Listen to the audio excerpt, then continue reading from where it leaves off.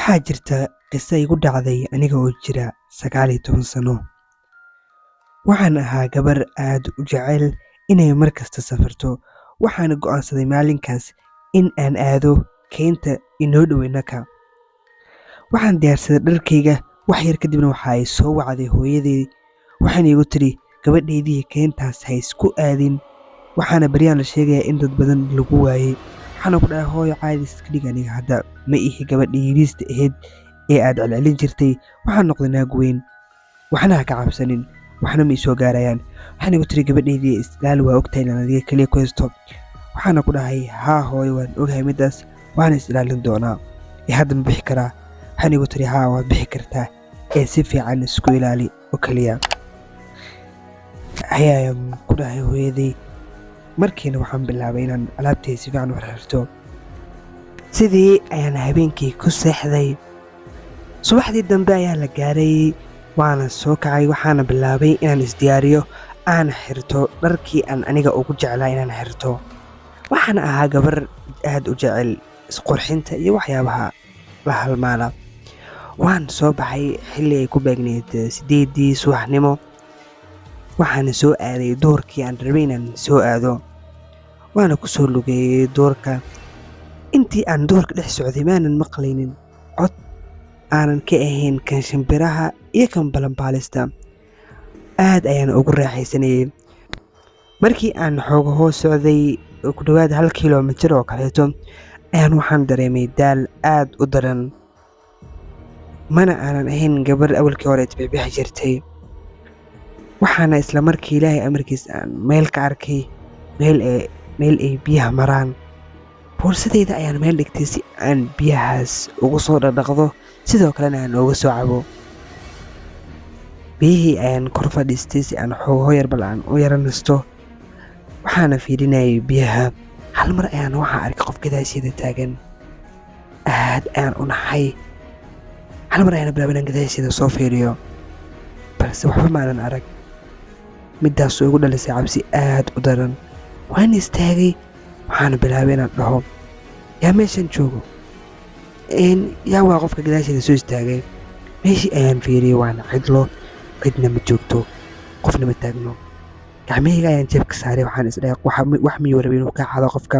waxaana dareemay in wax kasta oo aan watay ay ii dhan yihiin, wax iga maqanna uusan jirin.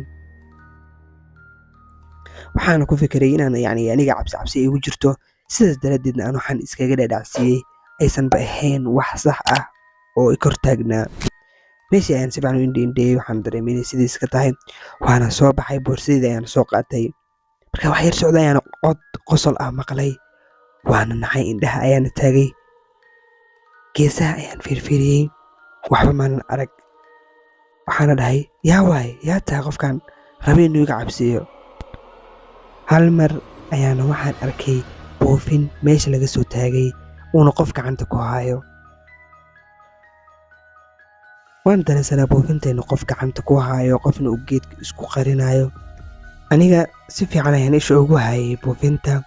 waxaana dhahay bannaanka u soo bax, maxaa isla qarqarinaysaa? hal mar ayuuna soo booday. waxa uu ahaa nin wata weji ama maask wejiga ugu xiran yahay. waa ku salaamay quruxay ayuuna igu dhahay. markii aan si fiican u fiiriyey, waxaan dareemay qofkan inuu qof wax ka khaldan yahay, uuna qabo dharkii lagu ciyaarsiin jiray carruurta. wejigana waxaa ugu xiranaa maask, qoorta ayuuna leexleexinayay marba gees. midaasoo aanan fahmin ilaa iyo hadda waxa uu ka waday. aniga aad ayaan ula yaabay, sina u yara cabsaday. waxaan isdhahay gabar naag weyna noqotay 19 jir xilligan tahay, ha ka cabsan, hana muujin ka cabsatay, ee iska adkay qofkan camal. anigoo is adkeynaya waxaan dhahay maxaa rabtaa, maxaasaad ii foodeynaysaa? meeshan ayaan kugu arkay, waana iska jeclaysteen aan kula hadlayo. igu dhahay waraa waa khaldan tahaya, meeshaan adiga ma lihid. waxaan bilaabay inaan is adkeeyo, aanan u soo dhaqaaqa dhankii aan rabay inaan maro. isaga ayaana ku aadanaa bartii aan mari lahaa, oo horteeda ayuu taagnaa isaga. xoogoo ayaan soo socday. waxaan dareemay inuusan ninkan rabin inuu dhaqaaqo amaba uusa iga horleexdo. waxa uu muujiyey dhoola caddeyn aan anigaba ka cabsaday, aadna iga yaabisay. waan istaagay anigoo ku qaylina dhahayo maxaad baxsan tahayna maxaa kaa khaldanayo dhahay caadi iska dhig waxaana ku dhahay waraa waa khaldan tahayaa igoor leexo waaye ninkii qoslayay waxa uu bilaabay hal mar inuu wejigiisa isku bedelo qaab xanaaq leh ilkiisana wuxuu bilaabay inuu isku jijibiyo wuxuuna bilaabay inuu aniga kor ilaa hoos i fiiriyo wuxuu dhahay mid ma ogid miyaa meeshan keliya waxaa joogo adiga iyo aniga haddii aan joognana mina kaa cabsanay oo malaysaa warniyow iga hor leexayaa ku dhahay yaa saas maa dhahdana haa aniga kaama cabsanaay waa og tahay middaas haddana waa kuu sheegaa kaa cabsanaayey ninkii aad ayuu usii xanaaqay wuxuuna bilaabay inuu buufintiisa gacanta ku qabto kadibna uu qarxiyo qarxinta uu buufinta qarxiyey ayaa aniga igu abuurtay cabsi aad u daran markii horeeto waan is adkeynayay balse markaan cabsi ayaa igu soo wajahantay ninkana wuxuu bilaabay inuu qayliyo hal marna uu igu soo ordo maadaama uu xoogoo yar ii jiray anigii aad ayaan u naxay waana yaabay wax qofkan ka khaldan gadaal ayaan u yara baxay waxaana dareemay qofkan inuusan rabin inuu ila hadlo uu dagaal diyaar u yahay markiiba waxaan bilaabay inaan cararo oo aan cagaha wax ka dayo maadaama aan aad u cabsaday isaga ma ahayn mid istaagaya intaasna wuxuu ku hayay waxbaha cararin waan ku qabanayaa waana ku dili doonaa mana ku deynaye anigana middaas waxay igu sii biirinaysay cabsi iyo wadna xanuun aad ayaan u sii xararayay orodkaygana waan sii laba jibaarayay halka isagana uu ahaa mid aanan iga heraynin gacantiisana ay u taagan tahay oo intaasna ku haayo kuma deyn doono kumana cafin doono sidaad ila hadashay awgeed waxay ahayd inaad si fiican ila hadasho oodna ii wanaajiso sidoo kalena wuu qoslayay aniga hadal walba uu ku hadlayo waxay ii ahayd cabsi iyo wadna xanuun iyo argagax cararkaygii ayaan sii watay mana aanan istaagin maadaama aan aad u cabsanayay isaga waxa uu ahaa mid xawaare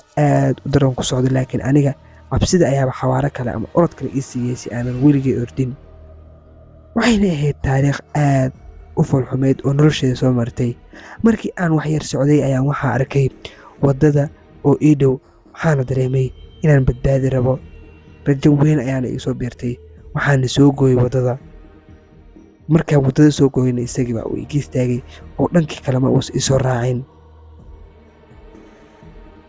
wax yar markii aan taagnin ilaahay amarkiis waxaaba meesha soo maray gaari weyn oo taraag ah oo waddada maraayay anigana wax gacmaha ayaan u taagay waxaan ku dhahay caawi gacanta ayaan u taagay